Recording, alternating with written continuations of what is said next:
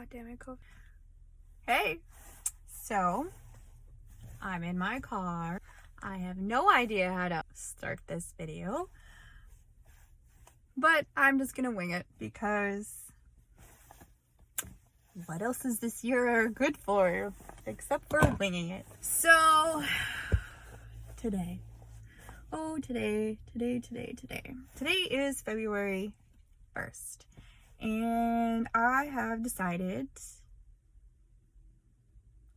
yes, the lighting just changed. I'm in my garage.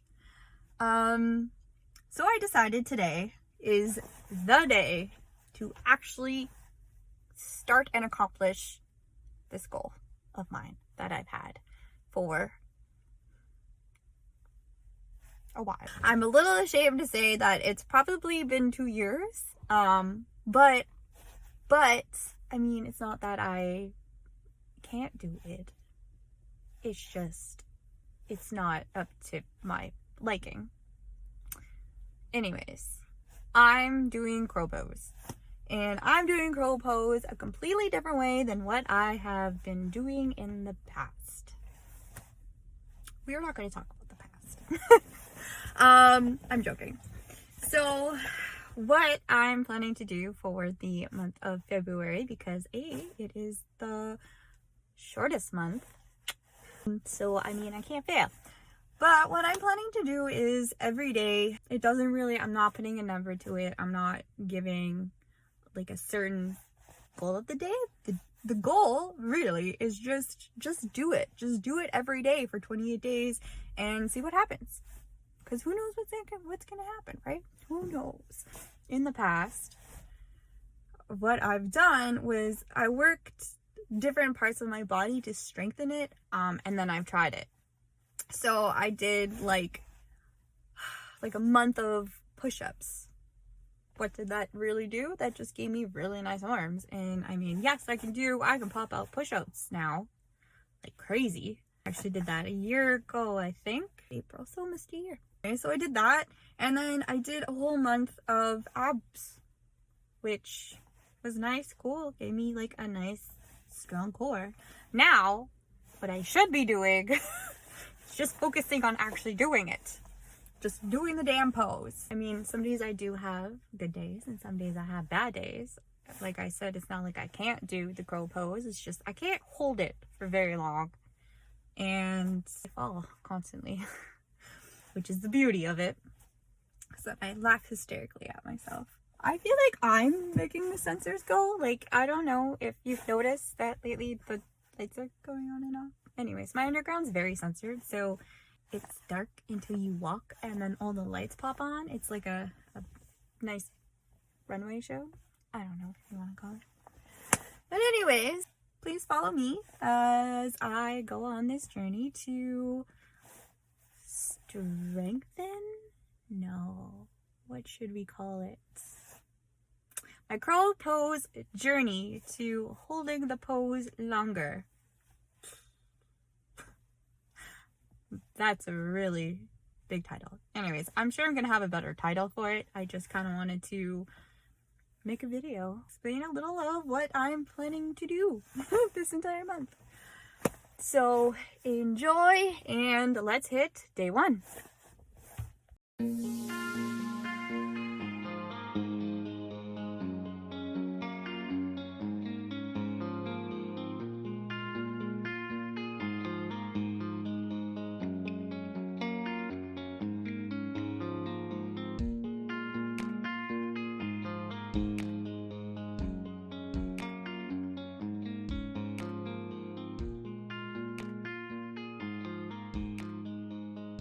So within the first week, I, had lots of falls. I was unable to hold myself, and I really found that, my wrists were starting to hurt. By the end of the first week, leading into like the second week, my elbows were really starting to hurt. So I had to kind of change the way I was training to really help myself. For example, days that I did like a very intense workout, I was so tired afterwards that it was very hard for me to hold myself up.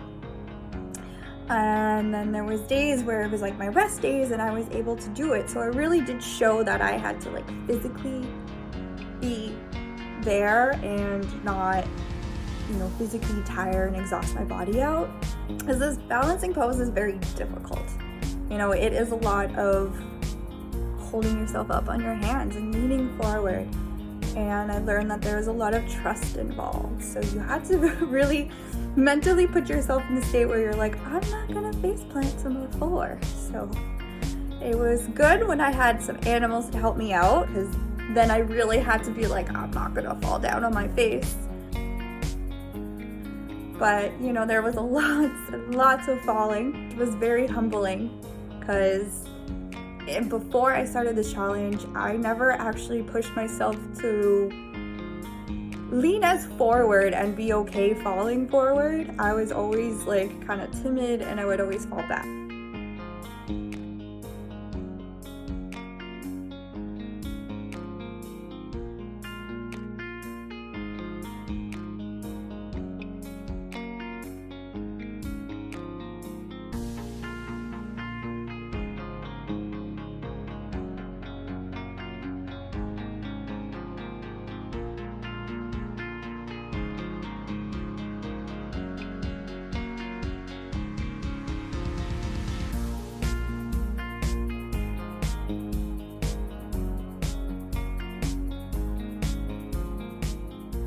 Did not think this pose was so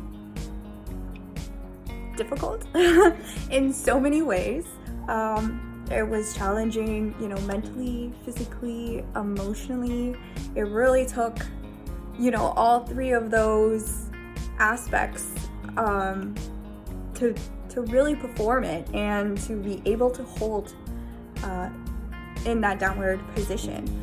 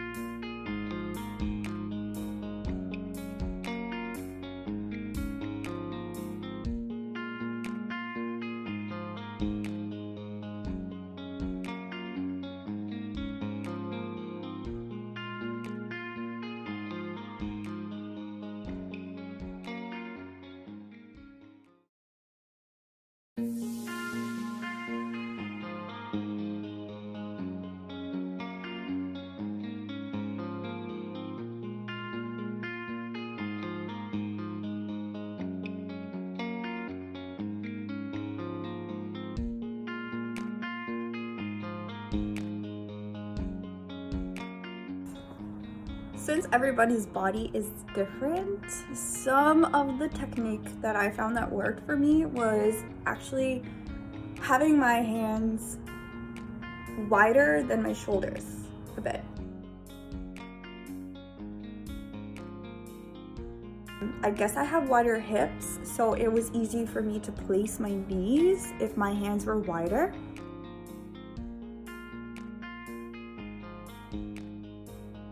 I also found that in a lot of yoga videos when they're doing the tutorial, they'll tell you to place your hands closer to you.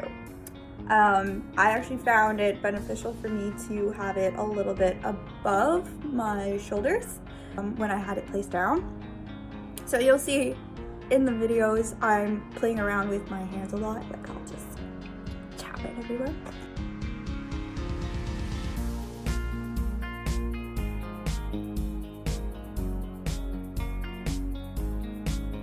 But that's what I found. And of course, definitely easier when you don't have soft, silky pants on. So one of the best workout gears that I found to work were my Align Lulus. They're soft, yet they weren't slippery enough, which was good. If not, honestly, sweatshirt and track pants worked the best. There was a lot more padding, because trust me, your triceps are gonna hurt.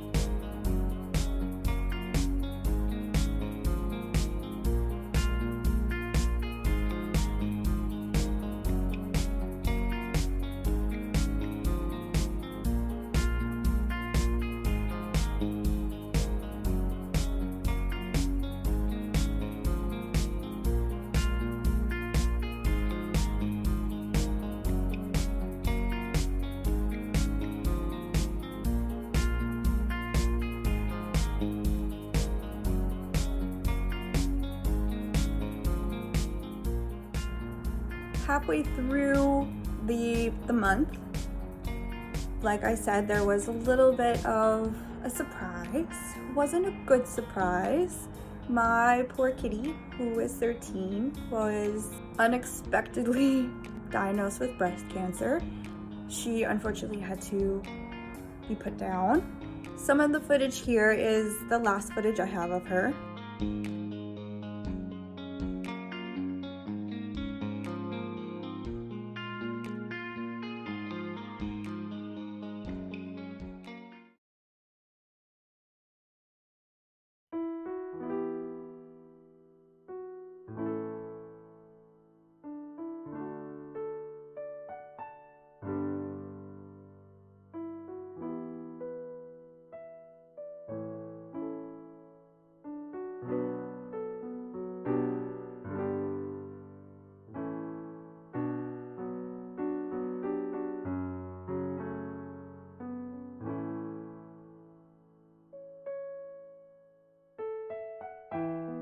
She really enjoyed yoga. She's always been the cat, one of my cats, that whenever I was on the ground working out or just doing anything, you know, she'd come by. She'd have to be included, and she would always take up half my yoga mat just for pets. I was using her as kind of motivation to not fall, so thank you, Molly.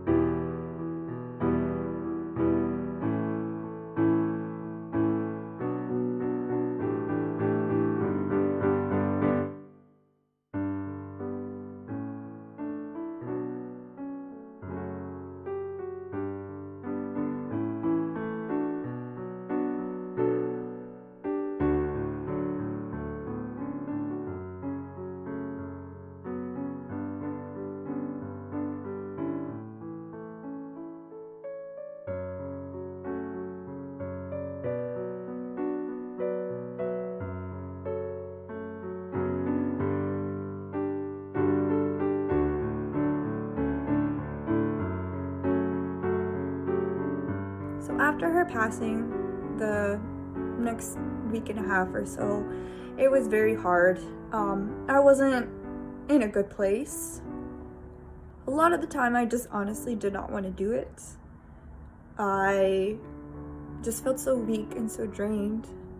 Those of you who have experienced the loss of a pet or a loved one would totally understand the sadness and the heaviness you feel. A lot of it showed when I was trying to do the crow's pose. I really could not pull myself out of it to perform it, and I found it so difficult.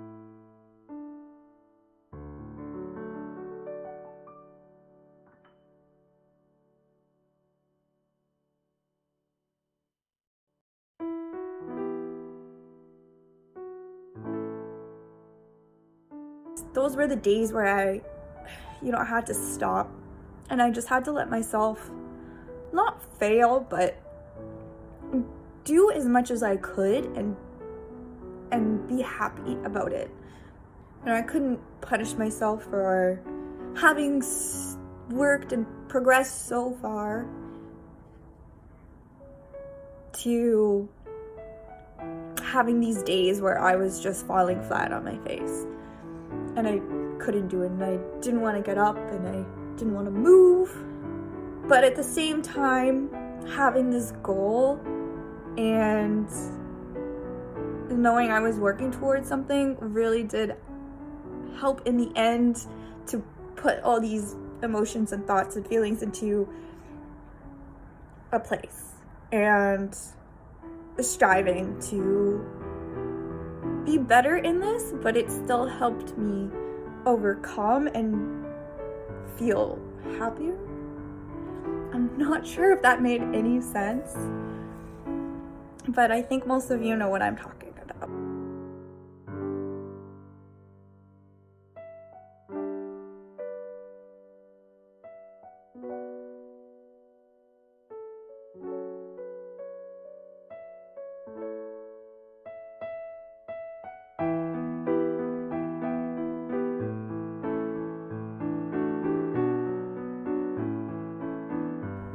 After some time passed and I started to feel a little bit better, that's when the crow pose started to also get better. And it was this huge connection of just being in the right headspace.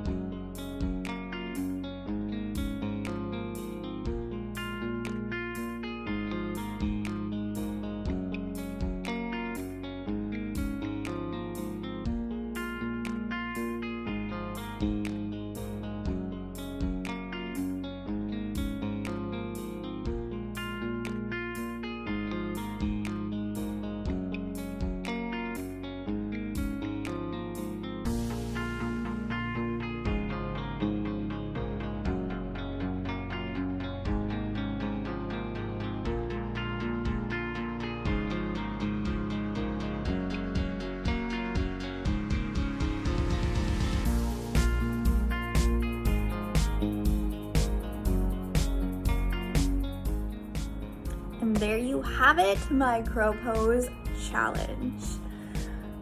It was an interesting one.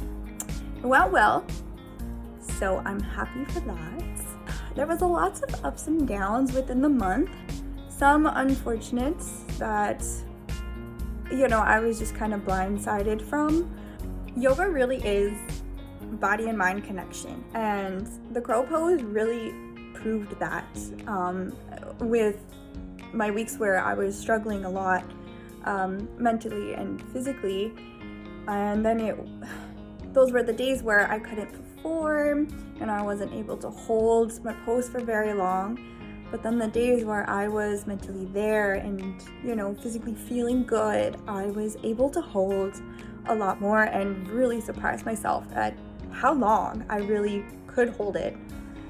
But because this was such a physical exercise, it was hard to do it a couple times. I tried to do it a couple times, but it was a lot of work. So with time, I know that will improve and I'll be able to just walk wherever and perform a crow's pose. What's next on the agenda? Who knows? Honestly, this was a very hard challenge. This was a very hard pose to do, but I am definitely going to work more on it. I think my longest hold for the crow's pose was anywhere between 7 to 10 seconds. And I know that doesn't sound like a lot, but trust me, when you're up in the air and you're holding yourself, it's long. Another trick, learn to breathe. The first couple times I was up in the air and I was like, yes, I'm doing it. And then all of a sudden I'm like, oh my God, I'm not breathing. And then I would just like take a sharp inhale and throw myself off balance. So remembering to breathe calmly really helps you stabilize everything. Because it is very much core centric in the sense that you're kind of holding your butt and everything up in the air, as well as your feet, that if you're going to breathe rapidly, you're gonna fall over. So key tip, breathe calmly. All right, friends, thanks for watching. If you want to leave a comment down below of your favorite yoga pose, go right ahead. Please like, share, and subscribe, and I'll see you next time.